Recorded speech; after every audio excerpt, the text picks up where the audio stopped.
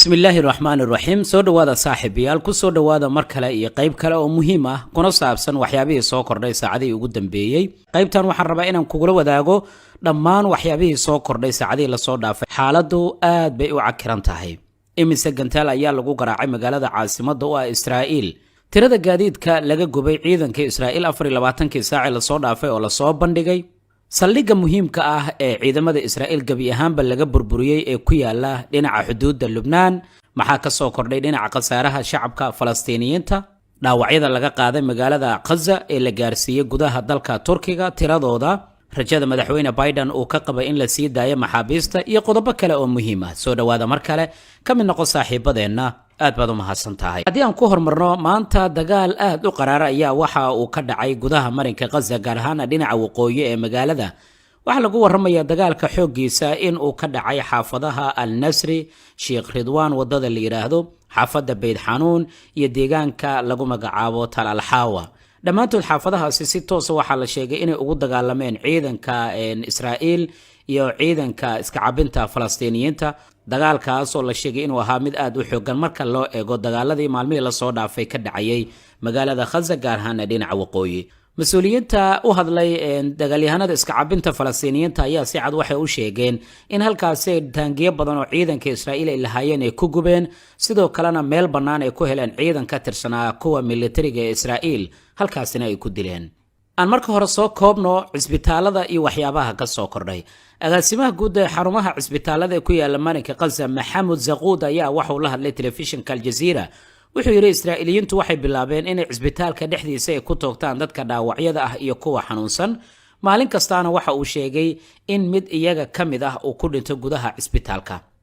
264 ruux ayuu sheegay oo dhaawacyo halis qaba in la dhigay xarunta caafimaad ee Al-Shifa oo dhacda dhanka galbeed ee magaalada Gaza waxaana intaas uu ku daray sidoo kale cisbitaalka Indonesia maanta xasuuq weyn inuu ka dhacay haddii aynu soo laabanno dagaalka aadka u xoogan ee maanta dhacay Xisbullah dhankooda waxay ku dhawaaqeen inay burburiyeen mid ka mid ah saldhigyada militari ee ciidanka Israa'iil muuqaalo la soo bandhigay oo baraha bulshada lagu baahiyay ayaana muujinaya burburka baaxadda leh ee ka muuqanaya saldhigga ciidamada Israa'iil ee Branid lagu magacaabo Xisbullah waxay sheegeen in maanta ilaa ku dhawaad 4 gantaal oo isku xigay ay ku garaaceen saldhigga ciidanka cirka ee Israa'iil ee Branid lagu magacaabo si dhameystiran ayaa saldhiggaasi loo burburiyay waxaana ay tilmaameen in howlgalku u muuqanayo inay ku sii ballaariyeen deegaanada dhinaca xuduudda ee Israa'iil lama shaacin ilaa iminka tirada rasmiga ah ee dhimashada duqeynta saldhiggan laakiin aynu eegno maxaa sidoo kale caawa ka dhacay Tel Aviv iyo magaalooyin kale ee Israa'iil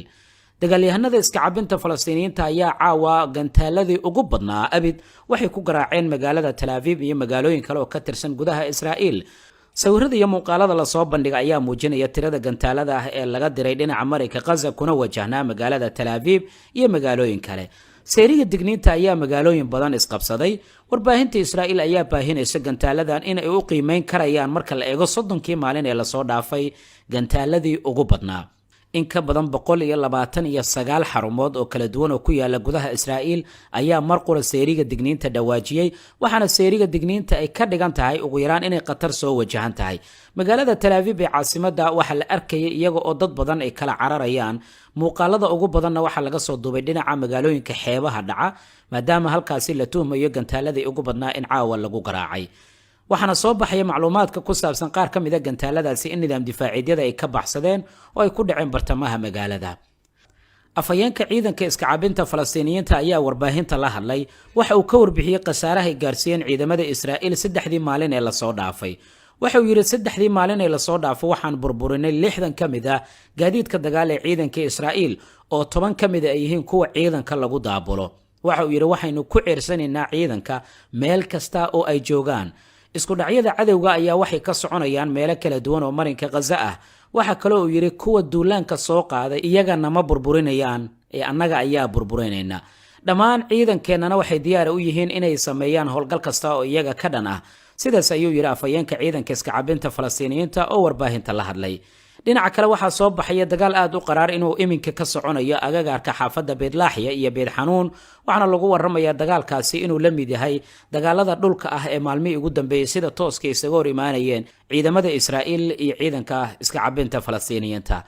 xafiiska warbaahinta ee Falastiiniyiinta ee marinka Gaza ayaa shaaciyay in tirada dadka shacabka ee ku shahiiday dagaalka soconaya ilaa 45 maalin inay gaarayaan 13,300 ruux. 5,600 oo kamid ah waa caruur, 3,550 kamidna waa haween. Telefishinka Al Jazeera ayaa sidaasi baahiyay. Diiwaanka dadkan ee la soo bandhigay waxaa ku jira dad shacab ah oo maanta lagu dilay xaafadda Khan Yunis, marinka Rafah oo dhinaca koonfureed dhaca, xaafadda Al Bureej, xerada lagu magacaabo Nusayraad iyo xero kale oo ku taala bartamaha marinka Gaza. dagaalyahanada iska caabintana goordhow waxay shaaci ka qaadeen in gantaaladii ugu xoogganaa ay ku garaacayaan magaalada Tel Aviv oo caasimadda Israa'iil ah. sidaas oo kalena ciidanka ee Israa'iil waxa ay maanta duqeymo ku garaaceen magaalada Nusayraad lagu magacaabo, halkaas oo dad badan oo rayid ay ku dhinteen. haddiiba maanta ay la kulmeen khasaare intaa la eg oo saldhiggii muhiimka ahaa ee ku yaala dhinaca koonfureed ee Lubnaan laga burburiyay, gantaalooyin badan lagu harqinayo magaalada Tel Aviv iyo magaalooyin kale oo dhinaca xeebta dhaca, mar walba jawaabta ay bixinayaan Israa'iiliyiintu waa la yaqaanaa oo gantaalo ayay ku harqiyaan magaalada Gaza. waynu arki doonaa saacadaha soo socda jawaabta ay bixiyaan oo ay ku bartilmaameysadaan goobaha dadka rayidka ay degan yihiin. waxaa si aad looga digayaa mar walba dagaalka waqooyiga ka socda inuu u weecdo dhinaca koonfureed, waxaana la leeyahay dagaalka waqooyiga waxaa ka xoog badnaan doona kana khasaare badnaan doona dagaal dhinaca koonfureed ka dhaca.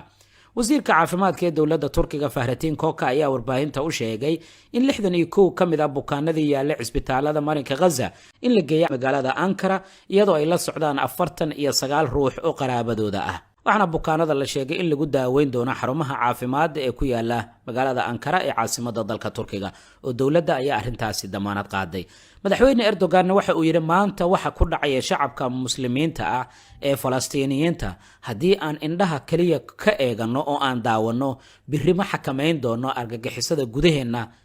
awoodda ku yeelanaysa oo kala jeedo Israa'iil.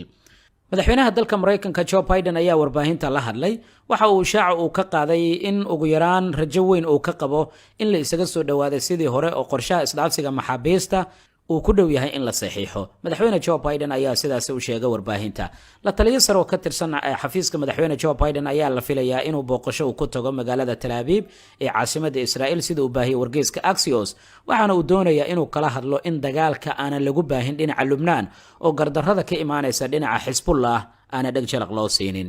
dhinaca kale, kooxaha Xuutiyiinta ee dalka Yemen war cusub ayay caawa soo saareen oo waxa ay yiraahdeen waxaynu galnay weji cusub oo dagaal. ajnabi kasta oo isku daya inuu ku soo xadgudbo biyaheennana waynu la dagaalami doonaa, waynu afduuban doonaa, waana la xisaabtami doonaa. sidaas waxa yiri Major General Mohammed Al-Qadri oo ah taliyaha ciidanka difaaca xeebaha ee guutada ciidamada badda ee ka tirsan jabhadda Ansarullah la yiraahdo oo hoos tagta Xuutiyiinta dalka Yemen. waxa kale oo yiri waxaynu qaadi doonaa weeraro kale oo aan ku bartilmaamaysanayno maraakiibta dagaal ee Israa'iil iyo kuwa ganacsiga ee ku sugan biyaha badda cas. wakaaladda wararka ee Bloomberg waxay baahinaysaa macluumaadka ku saabsan markabka ay afdubteen kooxaha Xuutiyiinta ee dalka Yemen inuu abuuray baqdin kale oo cusub oo dhanka gobolka ah, suuragalna ay tahay gobolkaas inay ka dilaacaan kooxo kale oo ugu yaraan afduubanaya maraakiibta ganacsi ee halkaasi adeegsanaya. sababtoo ah tani waxaa la leeyahay waxay sare u sii qaadi karaysaa